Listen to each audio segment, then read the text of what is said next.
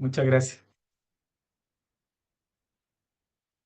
Bueno, ahora vamos a seguir con el tema de hidatidosis. Como les comenté, ahora van a poder profundizar en lo que es el aspecto clínico propiamente tal. Para ello estamos con la doctora Lizy Villalón. Ella es médico especialista en parasitología del Hospital Dr. Gustavo Frique, del Servicio de Salud Viña del Mar Quillota.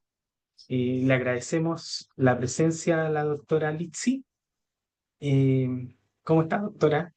Hola, ¿cómo están? Buenos días, buenos días. Un Buenos poco días. disfónica, así que me van a Sí, tener que disculpar un poco. yo también un poquito estaba, la verdad, estamos todos igual. ¿Puede proyectar su Ya, presentación para que probemos?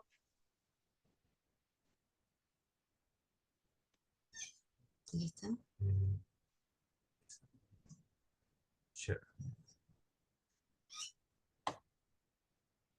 Y el modo de presentación.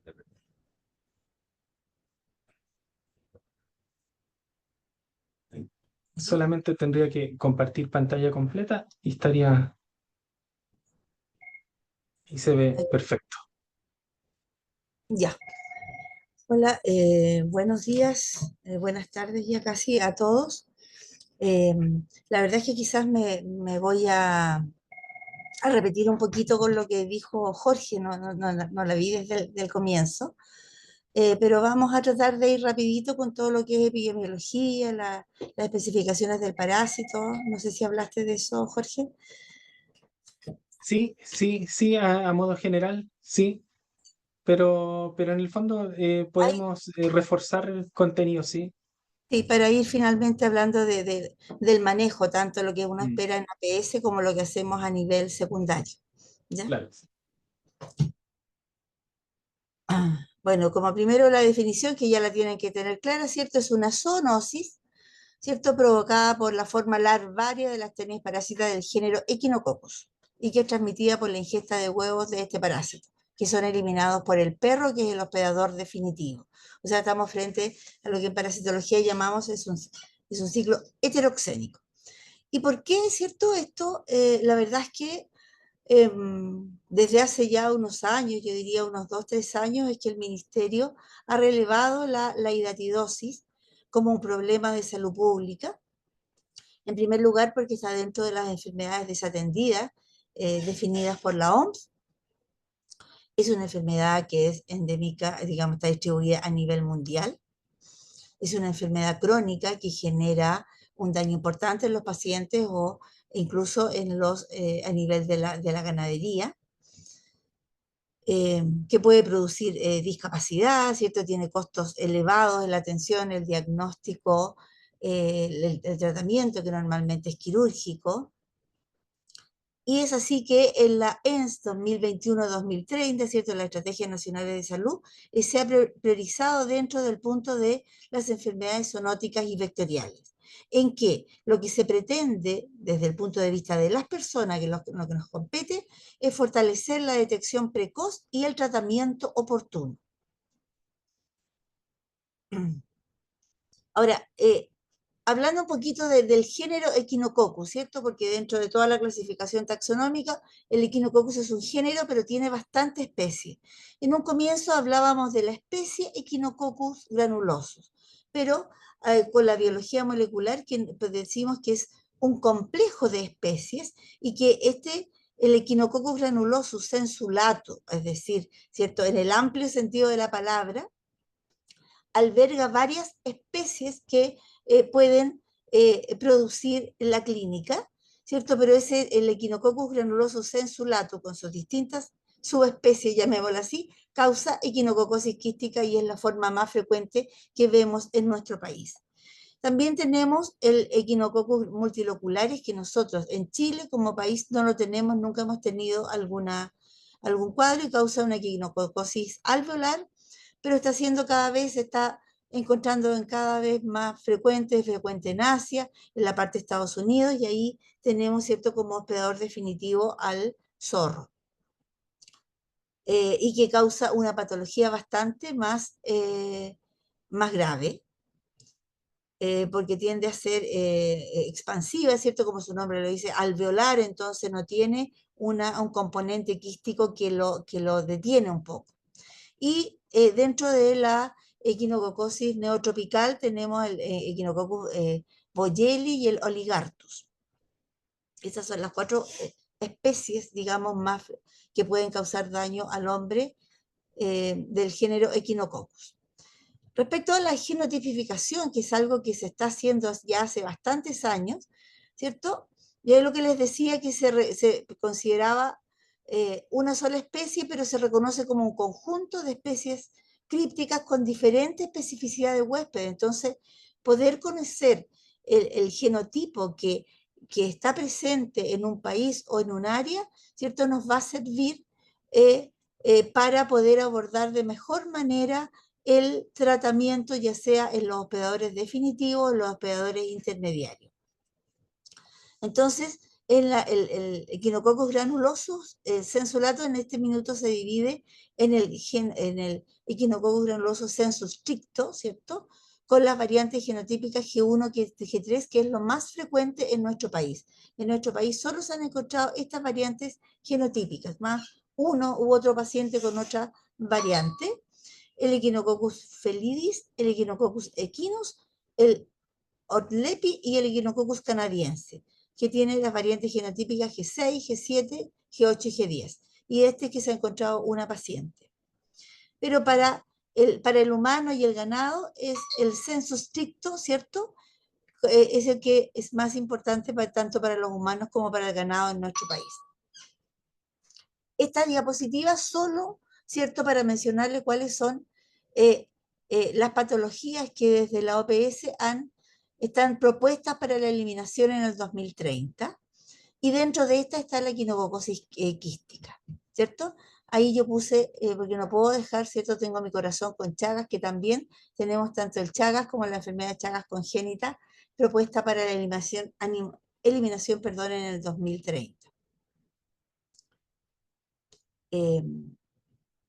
¿Cómo se transmite? Que ya lo tienen que haber visto, ¿cierto? Se transmite a partir, si partimos desde el perro, en que el perro se le dan, a propósito de una matanza domiciliaria, se le dan las vísceras infectadas, que fundamentalmente corresponden al hígado o al pulmón de los animales, ¿cierto? Y ellos van a desarrollar el parásito adulto, que es la Taenia echinococcus, ¿cierto? Que va a eliminar huevos, ¿cierto? Estos perros van a estar eliminando huevos que van a infectar aguas, que van a infectar las verduras y, digamos, en ese contexto se van los hospedadores intermediarios se van a infectar al consumir los huevos de este perro. Y el hombre aquí se infecta accidentalmente, yo siempre le digo por cochino, ¿cierto? Por no tener las medidas correspondientes de lavado adecuado de verduras, de frutas, por no tener un adecuado manejo con los perros, ahí está la crianza responsable de mascotas, ¿cierto? Y aquí ya uno más serio en que tenemos, como les decía, este ciclo que habitualmente ocurre entre el perro y los ovinos, los caprinos, ¿cierto? Eh, pero que accidentalmente el hombre se puede infectar y podemos desarrollar como hospedadores intermediarios la forma larval en distintos órganos de nuestro sistema. El concepto de hidátide y quistidatídico. Vamos a hablar de hidátide, ¿cierto? Cuando la hidátide es propiamente la forma larval, ¿cierto? Y que está formada por la capa germinativa de esta hidátide, que es donde nacen van a nacer los futuros quistes, ¿cierto? Y los escólices, y que donde van a salir las tenias y se la come el perro, y está formada por la capa germinativa y la capa laminar. Estas son hidátides, ¿cierto? Pero él va a ser el órgano, el organismo donde esté presente, en que como una medida de atrapar a esta forma parasitaria, va a formar la capa, la adventicia, que aquí la tenemos abajo, ¿cierto? Se nota muy bien, es una capa bastante más gruesa, y que eso es lo que denominamos quiste hidatídico. Las dos capas, la propiamente tal, vamos a hablar de hidátide. Y aquí tenemos, ¿cierto?, una microfotografía en que podemos ver la presencia de los escólices que van a estar libres después en este líquido del quiste y que va a ser lo que se va a comer el perro y para formar la Asthenia echinococcus. La epidemiología. ¿Qué características tiene esta patología? Se caracteriza, ¿cierto? Bueno, ya vimos que es una enfermedad desatendida, que la tenemos, está más relacionada con la pobreza, con la ruralidad, con la marginalidad, y por lo tanto se caracteriza por la falta de recursos financieros, técnicos, humanos para su control. ¿Cierto? Tenemos, todo requiere los tratamientos, ¿cierto? Por ejemplo, más tarde vamos a ver que el principal problema que tenemos con los pacientes adultos es el acceso a la cirugía por las listas de espera y porque no es una enfermedad priorizada, ¿cierto? ¿Qué le digo yo a un cirujano que me dice, mira, tengo 10 pacientes pendientes con carcinoma frente a una hidatidosis, en que el paciente no tiene tanta sintomatología? Como ya les decía, es una enfermedad desatendida y es endémica en la mayoría de nuestros países latinoamericanos, pero también es endémica, ¿cierto?, en Asia, en África, y no sabemos bien qué es lo que, ¿cierto?, cuál es la verdadera cuantía de lo que tenemos, porque los descriptivos epidemiológicos son imprecisos. O sea, ¿de dónde sacamos las prevalencias? En relación a los egresos hospitalarios. Y sabemos que eso no necesariamente nos van a dar el diagnóstico. Lo mismo la falta, la subnotificación que existe, ¿cierto? Por eso es tan importante que se notifique. La notificación en Epivigila, como vamos a insistir después que tienen que hacerla. También se puede hacer a propósito del diagnóstico imagenológico o serológico, en que de repente tenemos, ¿cierto?, encuestas serológicas o encuestas de prevalencia imagenológica que se están haciendo ahora, pero no nos da la real cuantía de la patología. Entonces, no tenemos necesariamente el número total de pacientes que tenemos en nuestro país. Otro problema son su temporalidad y territorialidad desfasada. ¿A qué se refiere? En que muchos de nuestros pacientes, sobre todo en las áreas donde no tenemos una alta tasa de infección, cuando vemos a nuestros pacientes adultos, ¿cierto? Y vamos a hacer toda la encuesta epidemiológica, resulta que ellos vivieron en el sur, en su infancia vivieron en el sur, en Osorno, ¿cierto? Y que conocen todas las características, entonces de repente no, llegamos tarde, pues ya se infectó hace 40 años y ya no se hizo nada en ese territorio ni con esos pacientes que estuvieron expuestos a la infección. Como vemos, ya vimos es de distribución mundial, ¿cierto? Acá en verde vemos donde está el Echinococcus granulosus, sensulatus, ¿cierto? Acá tenemos el multilocularis, acá en esta zona, como les decía, en Norteamérica, en Asia, también tenemos zonas, pero hay una cantidad de zonas importantes a nivel mundial en que no tenemos datos y no sabemos qué pasa. ¿Qué pasa en nuestro país? En estudios que se han hecho, ¿cierto?, en 3 países, Argentina, Perú y Chile, ¿cierto? Entre el 2019 y el 2021, el número de confirmados por país, podemos ver, ¿cierto?, que en Perú hay una mayor cantidad de infectados que tanto en Argentina como en Chile, o sea, es mucho más prevalente en Perú. Aquí tenemos la cantidad de niños menores de 15 años, y aquí solamente... ¿Qué es la importancia de manejar esta patología? Porque la presencia de hidatidosis en niños menores de 15 años nos está hablando prácticamente de patologías agudas y nos está hablando de niños infectados en la zona donde viven.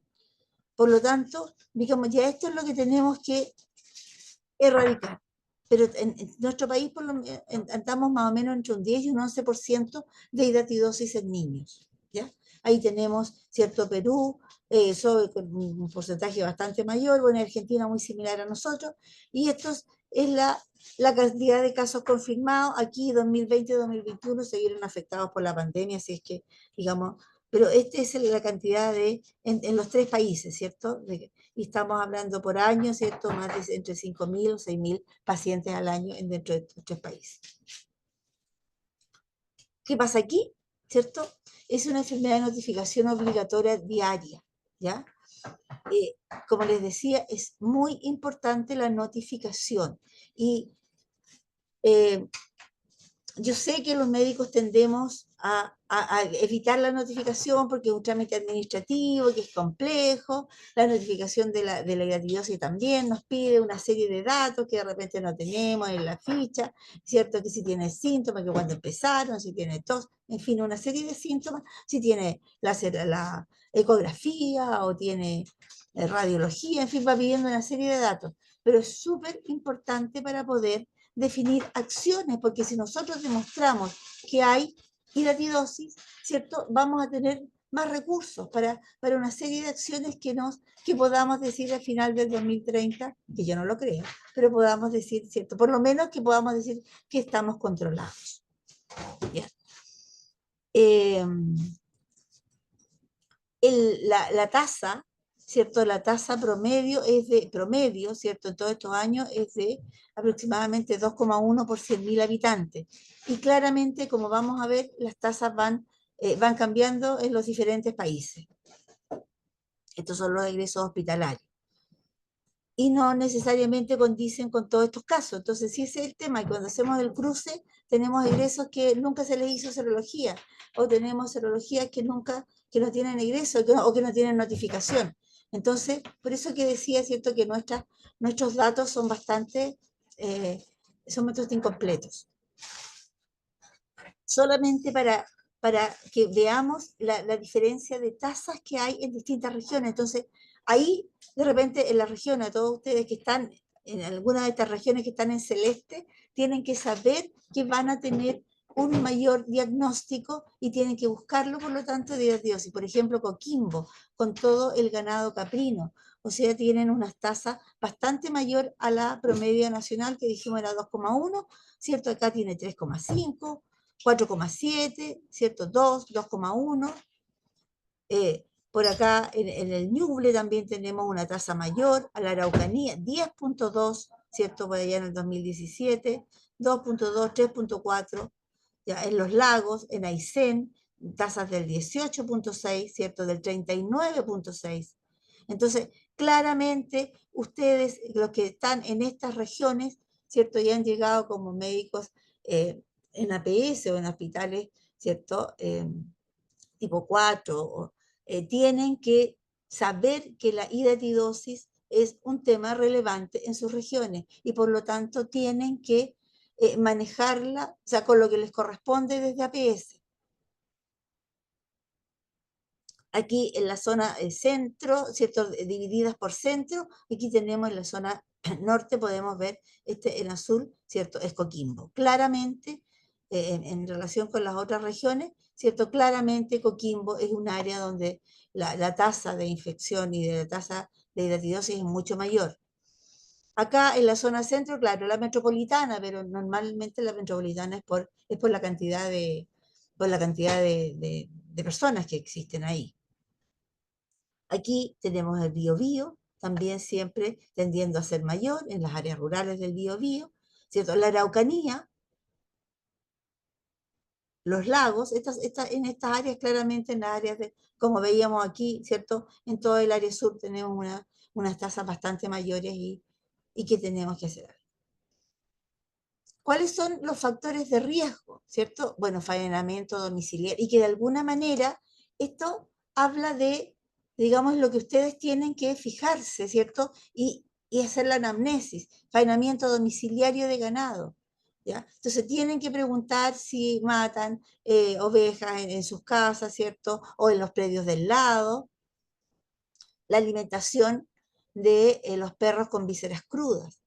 Eso es muy frecuente, eso es muy frecuente. O sea, típico que vemos las fotos, ¿cierto? En que están faenando un animal, en que hay hombres normalmente alrededor de esta acción y están los perros, esperando que les tiren, ¿cierto?, todos los restos, y si salen estas, y que en el campo muchas veces las llaman bolsas de agua, se las van a tirar a los perros y ellos se van a estar comiendo cientos de escólices que van a generar la tenia equinococcus. Si hay condiciones precarias de saneamiento básico, ¿cierto? Si hay de dónde obtienen el agua, si hay acceso al agua potable o tienen, digamos, por qué sé yo, por, eh, por ¿cómo se llama? Agua de pozo o agua de acequia o agua de arroyos, ¿cierto? Ordenamiento ambiental de las viviendas y el peridomicilio, esto se da normalmente en las partes rurales, malas condiciones sanitarias, la falta de desparasitación, eh, y que tiene que ver con la tenencia responsable de mascota. O sea, en el campo muchas veces uno se encuentra con pacientes eh, que uno les pregunta si tienen perro y dirán, sí, los desparasitan, ¿cuánto? Una vez al año. ¿Ya? Nada más.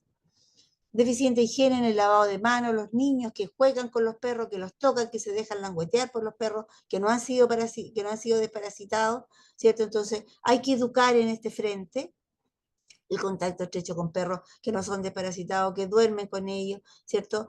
Como digo, que los languetean y el perro, ¿cierto? Depone, pero restos de deposición quedan en todo su pelaje. Entonces, en todo el pelaje pueden haber huevos de, de la tenia, con que se riegan las hortalizas que puedan tener en la propia casa, poblaciones de perros no controladas. Si bien es cierto, esto es, dijimos, fundamentalmente rural, pero se ha visto a propósito de GPS que se le han puesto a perros, y los perros en la noche son capaces de caminar hasta 18 kilómetros. Entonces, perros infectados pueden llegar perfectamente a áreas suburbanas o urbanas y van a dejar la infección en las zonas donde estén. En nuestra situación, bueno, entre el año 2017 y 2021, ¿cierto? Estas diapositivas son de Carolina Baeza. Eh, tenemos 1.593 casos. Aysén, como ya vimos, presentó la más alta tasa nacional con un 18%, que fue en el 2021. La edad promedio fue de 47 años, en general uno lo ve en la edad laboral, entonces también son pérdidas, ¿cierto?, de días laborales cuando nos enfrentamos a un paciente que está sintomático y que hay que someterlo a cirugía. No se ve diferencia entre hombres y mujeres.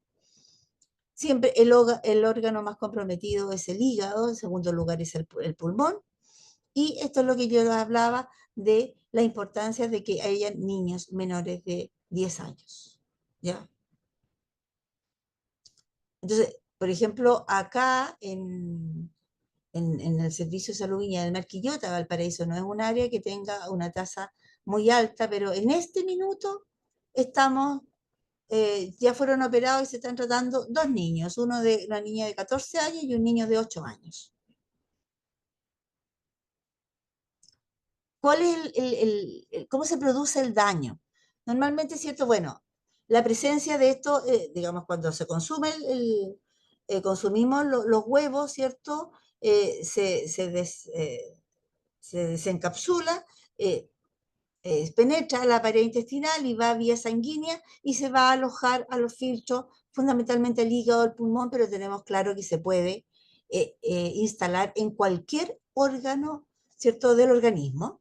Pero ya, y entonces empiezan, ¿cierto?, estos embriones eh, van a generar una acción irritativa en la presencia de ellos y empiezan, ¿cierto?, a vacuolarse y rápidamente ya tenemos una vacuola y empiezan a crecer y van a generar, por un lado, una irritación en el órgano, que eso va a generar la formación de la adventicia, y por otro lado puede generar lesiones por, eh, por presión, ¿cierto? Eh, y puede haber también una ruptura del quiste, que ¿cuándo es más frecuente? Cuando lo tenemos en los pulmonares. En los pulmonares siempre tenemos que preguntar, ¿cierto?, por la presencia de vómita. Vamos a revisar ahí en la próxima la sintomatología, pero que, ¿cierto?, se describe la vómita como como un líquido salado. Yo les diría que más bien, de acuerdo a lo que dicen los pacientes, es un líquido bastante amargo. Y los quistes pulmonares tienden a romperse más, y tienden a romperse más en los niños, porque, ¿cierto? Son tejidos más blandos y tienden a romperse. Y eso va a generar, por supuesto, una siembra posterior, en el caso que se rompa pulmón. Ahora, si se rompe hacia peritoneo por algún trauma, por ejemplo, ¿cierto? También va a generar, pero como hay una liberación, cada esto, digamos, el quiste está relleno de líquido, líquido que es tremendamente antigénico, porque tiene, ¿cierto? Una cantidad de escólice, tiene estas vesículas hijas, tiene los ganchitos, y es tremendamente antigénico y puede generar una reacción anafiláctica. Y secundariamente, perdón, lo otro que podemos ver es la infección bacteriana y se puede presentar, por lo tanto, como un absceso pulmonar, como un absceso hepático, porque la ruptura generó, ¿cierto?, que entraran la infección bacteriana secundaria.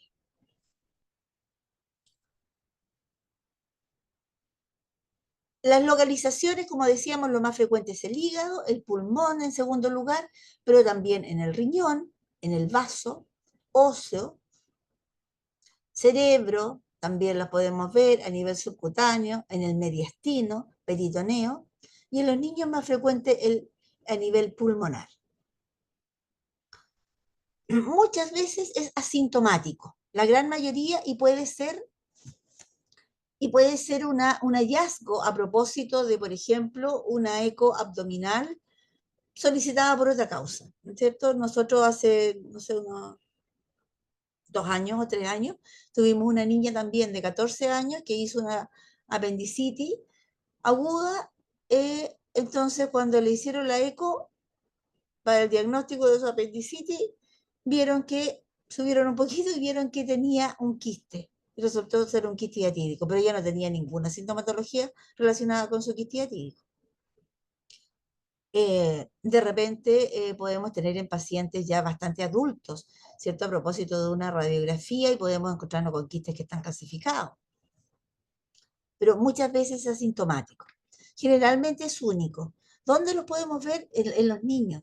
En los niños podemos ver bilaterales, y esta cosa de que tiene un crecimiento lento, eso se da más bien en los adultos. En los niños claramente no es un crecimiento lento. Hemos tenido niños de 2 años, 3 años, ¿cierto? Con quistes bilaterales, ¿cierto? Pulmonares que medía cada uno 12 centímetros, o sea, lo ocupaban ambos pulmones la niña.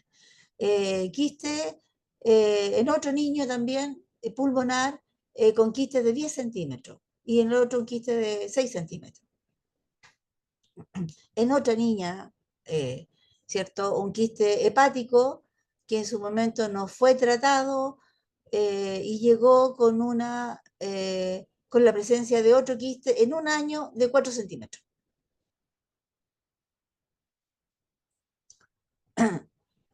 Pero en los adultos en general tiende a ser único. Puede tener dolor abdominal, ¿cierto? Que es un síntoma bastante importante, bastante frecuente. Podemos tener hepatomegalia, ictericia, fiebre cuando está obstruyendo, ¿cierto?, los conductos biliares. Fiebre si hay un cuadro secundario bacteriano. En el caso de los pulmonares, lo más frecuente es la tos y esta expectoración con esta vómica que yo les decía, ¿ya? Pero los pacientes, como les digo, en general todos hablan de un líquido muy amargo, entonces hay que hacer ahí bien la consulta de cómo es, ¿cierto? Si vomitó, por eso se llama vómica, si lo vomitó o le salió con la tos, ¿ya? Y entonces, hablan de un contenido, ¿cierto? Como muy aireado, como una expectoración mucosa. A veces es purulenta porque estamos hablando de algo infectado, pero así todo logran apreciar un contenido de muy mal sabor. Entonces, esto un poquito, digamos, para repetir: dolor, lo más frecuente es dolor, masa palpable, si, dependiendo de dónde está ubicado, ¿cierto? Hepatomegalia, la ictericia, la sobreinfección. Pulmón, neumopatía secundaria, por la infección, ¿ah? Tos, la vómica, sobreinfección bacteriana, derrame pleural, absceso pulmonar, derrame pleural cuando se rompe y cae a pleura. En el sistema nervioso poco frecuente, pero también lo podemos ver y podemos tener, digamos, la sintomatología es de masa. En el hueso, fracturas patológicas, dolor crónico localizado, pero de repente les voy a contar un caso y que lo tenemos activo en este minuto, ¿cierto? Un niño de 16 años que empezó con una hemiparesia, ya no recuerdo si era derecha o izquierda, y llegó a urgencia acá y se le hizo un, un TAC y en T1 tenía una lesión hidatídica. Fue derivado al Hospital Van Buren, ¿cierto? Se operó y empezó el tratamiento inmediatamente con albendazol y el niño se recuperó absolutamente. Las de hueso son muy complejas porque ellas no forman, en el hueso no se forma adventicia. Por lo tanto, es tremendamente invasiva. Es tremendamente invasiva, destruye huesos y cuesta mucho. Entonces, el tratamiento que se habla, ¿cierto? Que se habla que habitualmente el tratamiento postoperatorio es de 3 meses y con eso basta, en el hueso eso no es válido. Por ejemplo, este niño lo tratamos durante un año porque sabíamos que además se había roto el quiste en la cirugía.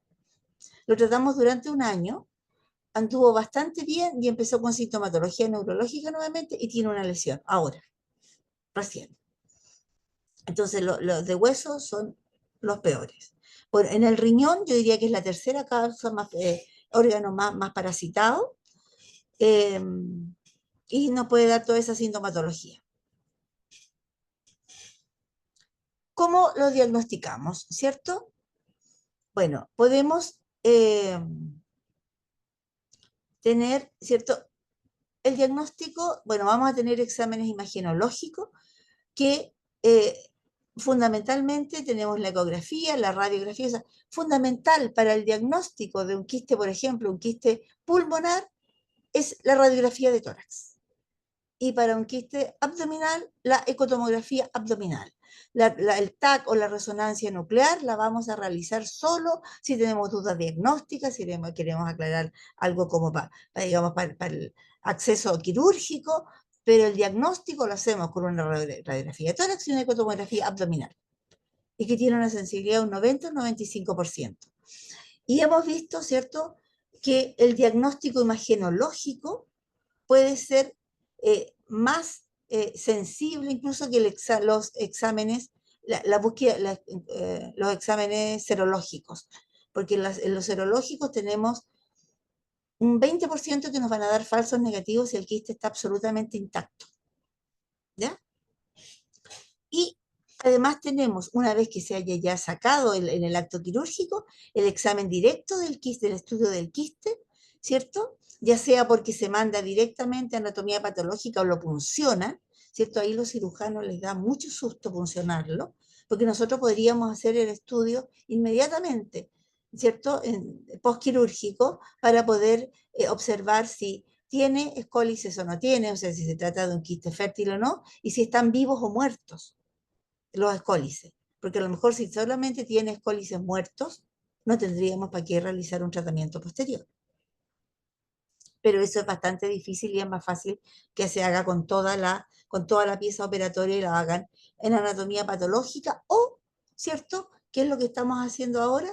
Eh, eh, enviando la pieza operatoria al Instituto de Salud Pública para que además, digamos, le hagan el estudio molecular, ¿cierto? Además le van a hacer el estudio del líquido directo, si es que tengan, y va a poder hacer la genotipificación de que hablábamos al principio, porque, y poder definir, como yo les decía, hasta el minuto se ha encontrado solamente G1. Y bueno, y la búsqueda de anticuerpos en el ISP está disponible, pero también el diagnóstico, pero también está la posibilidad de que se haga en la red, ¿cierto? en este momento hay 9 o 10 laboratorios solamente que lo hacen, pero está la posibilidad y eso nos acorta el diagnóstico. Si bien es cierto, los exámenes hay que mandarlos a confirmar al ISP, porque ahí se le hace la técnica de Westenblot, que es la técnica confirmatoria, ¿cierto? Lo que nosotros hacemos a un ELISA, y se le hace la técnica de Westenblot como confirmatoria, pero si estamos ante un paciente en que tiene una alta sospecha de quiste hidatídico y lo quieren entrar a cirugía, nosotros, y digamos, y se realiza en el hospital local, hospital base, por supuesto, ¿cierto? Se realiza la serología de hidatidosis, podemos hacer un preinforme, quizás si el paciente tiene todo digamos, tiene antecedente epidemiológico, tiene una imagenología absolutamente concordante, para que el cirujano, ¿cierto?, pueda entrar con más confianza. También se pueden hacer censos serológicos, ¿cierto? Pero, como ya les dije, tenemos una posibilidad de que tenga un 20% de negatividad. O censos, ¿cierto? Imagenológicos ahora en que está tratando de realizarse como screening serología, la ecotomografía abdominal. Y ahí ustedes también tienen, desde la APS, tienen un rol importante porque debieran ser la APS quien haga estos tamizajes en un futuro, aprendiendo las cosas básicas de las ecotomografías.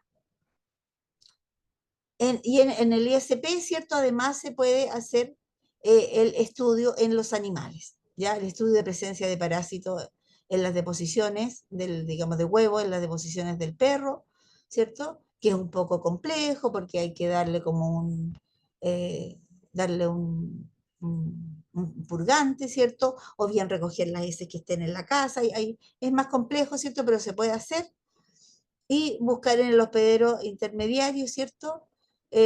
También podemos obtener, para poder tener, digamos, cuál es la prevalencia de los animales en los distintos mataderos del país. Esto es que ya veo que me parece que se lo mostró Jorge, pero es como se realiza el diagnóstico serológico. Si tenemos la sospecha clínica, se le realiza IgG, si está negativo se descarta, esto es en adulto, si está positivo se manda a confirmar al ISP, digamos, los laboratorios que hacemos, ELISA, ¿cierto? Si no, se tiene que mandar todo el diagnóstico al ISP. Y para los niños, ¿cierto? Por la importancia que tienen, ¿cierto?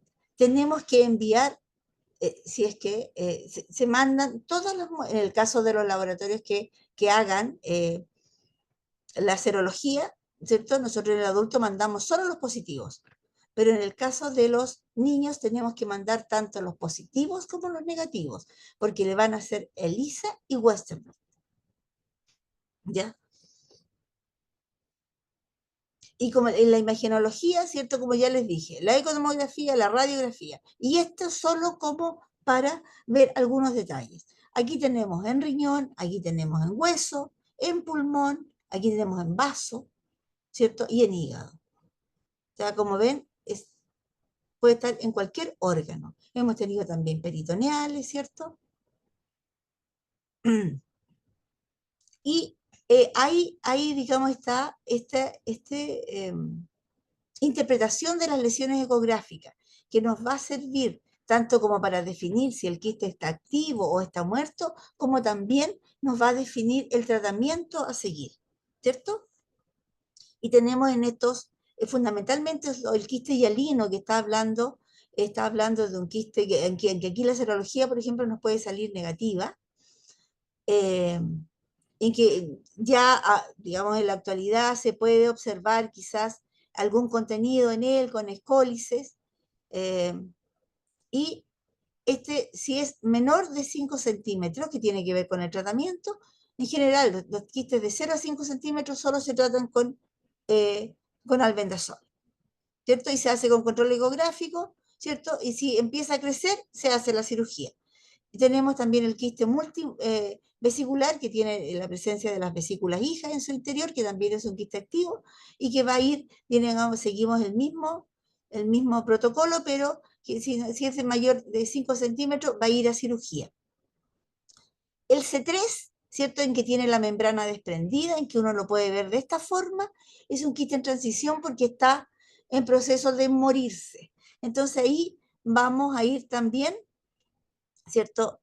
Eh, Va a seguir este mismo algoritmo, si es menos de 5 lo vamos a tratar y esperar, y si tiene más de 5 también va a ir a cirugía. Pero, y estos dos quistes son los que llamamos los quistes inactivos, que tienen contenido heterogéneo, en que podemos ver todas sus membranas, eh, así las vemos como un ovillo de lana, ¿cierto? Ese es un quiste que ya, y ahí ya tenemos que hacer diagnóstico diferencial con otras lesiones como tumores, fundamentalmente como tumores en el hígado, por ejemplo, y ahí, ¿cierto? A lo mejor vamos a tener que hacer un estudio con resonancia o con un TAC porque va a ser más bien una lesión más bien sólida. Y esta, si está asintomático, vamos a controlar no necesariamente, y si está sintomático, vamos a ir a la cirugía. Y este es el quiste calcificado, que ya nos habla que estamos hablando de un quiste muerto y no se va a operar ni se va a tratar. Entonces, esta clasificación es bastante útil como para saber cuándo estamos frente a un quiste vivo, activo o muerto, como también para el manejo quirúrgico. Como decía Jorge, ¿cierto? El manejo se hace específicamente, digamos ya la parte de tratamiento quirúrgico a nivel secundario, pero la APS tiene un rol fundamental. Entonces, ¿cómo vamos a hacer el diagnóstico? Por los antecedentes epidemiológicos del paciente, o sea, paciente, ¿cierto? Que tenga, digamos, que sea rural, sea o haya sido rural, ¿cierto? En que haya habido faenamiento domiciliario, que tengan perros, que no necesariamente haya un manejo adecuado de las mascotas, ¿cierto? Que no los desparasiten y que tenga manifestaciones clínicas, ¿ya? Las que veíamos recientes, y que tengamos hallazgos compatibles con estos métodos complementarios, ya los imagenológicos y los serológicos. Así vamos a hacer el diagnóstico. Tratamiento, como vimos primero, notificación y vigilancia diaria. Dentro de las técnicas quirúrgicas están las convencionales, ¿cierto? No vamos a entrar en el tratamiento quirúrgico, ¿cierto? Pero el drenaje percutáneo también se ha planteado, pero en general ese es bastante, en Chile no se realiza aún, que yo sepa, porque es bastante más riesgoso, puesto que lo que hay que hacer, ¿cierto? Todo bajo visión ecográfica, hay que puncionar el quiste, cosa que normalmente está contraindicado, porque al puncionar nosotros vamos a hacer una micro erosión o microherida en el quiste y eso va a significar que puede salir líquido y ese líquido se puede ir por el peritoneo, vamos a tener una siembra secundaria. Aquí lo que hacen es puncionar, aspirar el contenido hidratídico, ¿cierto? Inyectar escolicidas, que lo único que tenemos es el, eh, el cloruro de sodio hipertónico, pero hay algunos estudios que hablan de que la verdad que no es un escolicida absoluto y que no mata a todos los quistes, ¿ya? Y después el retirar este escolicida, se deja un tiempo y se retira. Personalmente me parece un poquito riesgoso. Bueno, y el tratamiento médico, que es el albendazol, exclusivo de los quistes inferiores a 5 centímetros y en combinación con cirugía de quistes, ¿ya? El manejo es secundario, criterio oncológico, ¿cierto? 10 años por lo menos con imagenología y serología.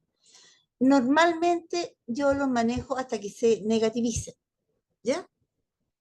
Y lo otro que es importante, realizar estudio familiar a partir del caso índice, con serología e imagenología, ya que nos decía Jorge. Entonces, ¿quién es el contacto? Toda persona que habite o haya convivido en la misma propiedad del caso índice. Si tenemos una paciente a lo mejor de 50 años que vivió en Osorno y se vino hace 30 años, pero vivía ya con su marido, entonces, y ahora viven los dos no sé, por un área urbana, y la señora tiene un quiste diatídico, el marido es un contacto, porque estuvo en esa área junto con ella. Si los hijos también estuvieron, alcanzaron a tener hijos, también son contactos. ¿Ya? y si estamos frente a un caso activo, ¿cierto? Todos los que hayan, eh, vivan en el mismo sitio. Ahora, lo que no les dije, ¿cierto? Y no lo, bueno, para terminar la diapo, ¿cierto? Se realiza serología de hidatidosis a los contactos, una ecotomografía abdominal y una radiografía de tórax. Siempre tenemos que realizar las dos, porque puede que haya pacientes que tengan un quiste hidatídico hepático y un quiste hidatídico pulmonar. Por lo tanto, si estamos sospechando una hidatidosis pulmonar, ¿cierto? Por la presencia de una lesión, tenemos que ir a hacerle la eco abdominal. Y al contrario, si tenemos hepático, le tenemos que ir a hacer la radiografía de tórax. Lo que no les dije, que es súper importante, es que la notificación, porque no es solamente como va a poder, ¿cierto?, censar cuántos pacientes tenemos, porque la notificación que ustedes realizan abre, esta notificación ustedes saben que llega a la Seremi, y esto abre una investigación de parte de la Seremi, tanto desde la parte de epidemiología como de la parte de zoonosis. ¿Ya? Entonces, ¿qué significa? Ustedes están con un paciente que sospechan, hacen la notificación y desde la Seremi van a ir al domicilio, van a hacer toda una encuesta epidemiológica en donde van a definir todo esto que hablábamos, ¿cierto? Quiénes son los contactos y dónde vivieron, en fin, es toda una encuesta epidemiológica muy extensa en que ellos realizan cuáles son todos los pacientes que están en riesgo. Y por otro lado, la parte de zoonosis va a ir, va a revisar el predio, van a ver cuántos perros tienen, van a preguntar por digamos, el tratamiento antiparasitario y van a dar tratamiento antiparasitario a los perros. Entonces, eh, ahora, en algunas regiones, sobre todo del sur de nuestro país, en este minuto hay unos proyectos en que están, porque dentro de, ¿cierto? Fundamentalmente es la educación a la población y eso es parte del APS, ¿ya? Porque a lo mejor ustedes no podrán, no cuentan con una eco abdominal, pero tienen una sospecha fundada, la pueden mandar a nivel secundario sin la eco si es que no la tienen, ¿ya? O no pueden pedir desde APS la serología, mándenlo a nivel secundario y van a les tendrán que hacer la serología, ¿cierto? Pero aquí fundamentalmente es la educación. Yo al final les voy a dejar el link de una cápsula que es buena para colocarla en las salas de espera, por ejemplo. Y la educación que tiene que ver, ¿cierto?, con no darle las vísceras crudas a los perros, que tienen que quemarlas o enterrarlas, pero los entierros no tiene que ser como cavar un poquito, porque los perros con el olfato, ¿cierto?, van a ir a desenterrarlo. Entonces, en este minuto no tengo claro en qué regiones, ¿cierto?, ni en qué servicio. Hay unos proyectos en que, digamos, se les entrega a ciertas comunidades rurales un tambor que se entierra entero, estos tambores grandes se entierran, de manera que ahí coloquen las vísceras, y obviamente tapado, porque en el fondo tenemos que evitar que los perros consuman las vísceras infectadas. Y todo eso, ¿cierto?, se hace porque ustedes hicieron la notificación y se generó todas estas acciones desde la Seremía. Ahora, una vez que la Seremi tenga toda esta encuesta epidemiológica, se va a poner en contacto con el CESFAM que corresponda, ¿cierto?, para poder realizar todos los exámenes a los contactos. ¿Ya? Y ustedes van a tener, cierto, que una vez que tengan los resultados, van a tener que enviárselos a la Seremi de manera que podamos completar todo el estudio epidemiológico de esa familia. Y por otro lado, el paciente índice va a estar derivado a atención secundaria para que se le evalúe bien, ¿cierto? Si tiene algún examen pendiente, se le realice y saque el tratamiento. Lo que yo les decía, ¿cierto? Esto es lo que vemos, ¿cierto? Aquí, contaminación de agua que pueden estar contaminadas con huevos. Aquí, este es un área suburbana.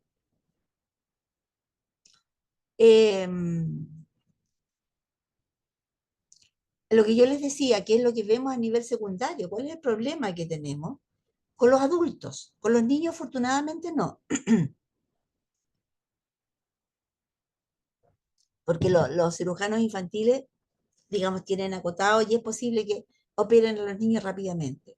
Pero con los adultos tenemos unas listas de espera importantes. Entonces, a mí me parece que ahí hay que hacer algo, ¿cierto? De manera de poder, eh, nosotros, área centro, no tenemos tantos eh, casos al año.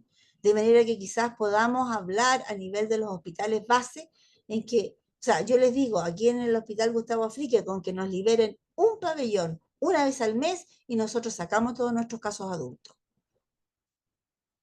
Entonces, muchas veces empezamos un tratamiento preoperatorio y el paciente no se opera y lleva años esperando. Entonces, ese es el gran tope que tenemos, el acceso a la cirugía en los pacientes adultos, por lo menos en el FRIQUE. ¿Ya? Ahora, ¿por qué tenemos que vigilarla? Porque se puede prevenir con educación, ¿cierto? Educación a la población y ahí ustedes son fundamentales, ¿ya?